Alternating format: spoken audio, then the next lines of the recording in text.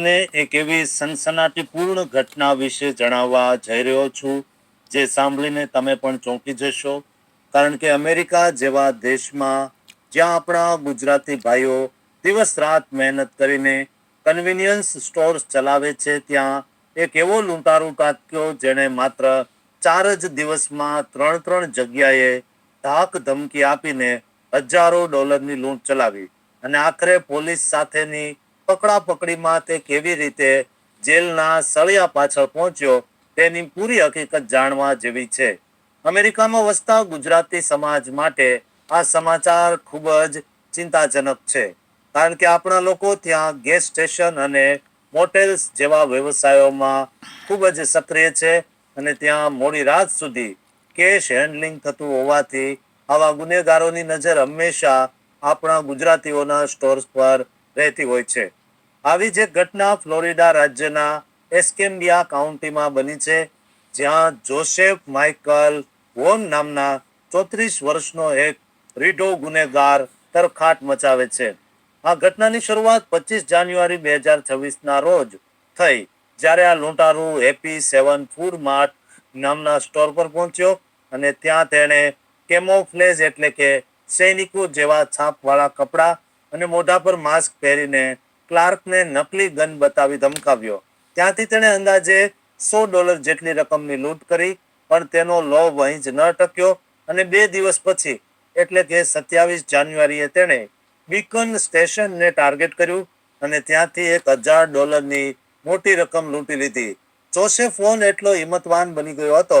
કે તેણે બીજા જ દિવસે એટલે કે 28 જાન્યુઆરીએ સ્નેપી ફૂડ્સમાં ફરીથી લૂંટ કરી અને ત્યાંથી પણ બીજા $1000 લઈને ફરાર થઈ ગયો. આમ તેણે કુલ મળીને $2100 જેટલી માતબર રકમ લૂંટી લીધી, પણ તેને ખબર નહોતી કે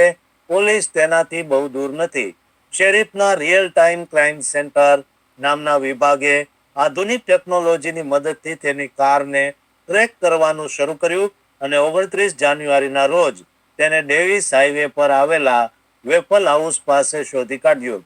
જ્યારે ડેપ્યુટીઝ એટલે કે પોલીસ અધિકારીઓ ત્યાં પહોંચ્યા ત્યારે જોસેફે ભાગવાનો પ્રયાસ કર્યો અને થોડી વાર સુધી ફૂટચેજ એટલે કે પોલીસ અને આરોપી વચ્ચે દોડાદોડી થઈ, પણ આખરે તે પકડાઈ ગયો. પોલીસને તેની કારની તલાશી લેતા તેમાંથી એ જ નકલી એરસોફ્ટ સ્ટાઇલ ગન મળી આવી જે લૂંટના સમયે વપરાઈ હતી અને આ ગન દેખાવમાં બિલકુલ અસલી શોટગન જેવી જ લાગતી હતી, જેના કારણે સ્ટોર પર કામ કરતા લોકો ડરી ગયા હતા.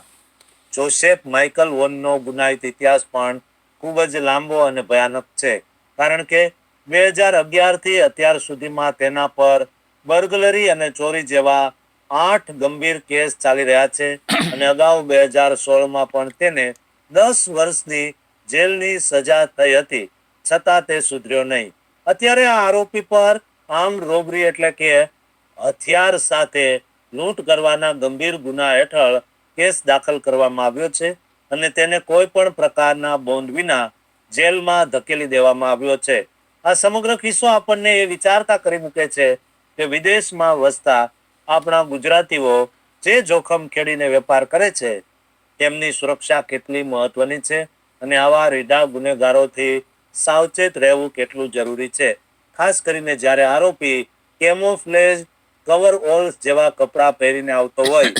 ત્યારે તેની ઓળખ કરવી મુશ્કેલ બની જાય છે. પણ ફ્લોરિડા પોલીસની સતર્કતાને લીધે આ ગુનેગાર આખરે પકડાઈ ગયો છે અને હવે તેના પર કાયદેસરની કાર્યવાહી થશે, જેથી અન્ય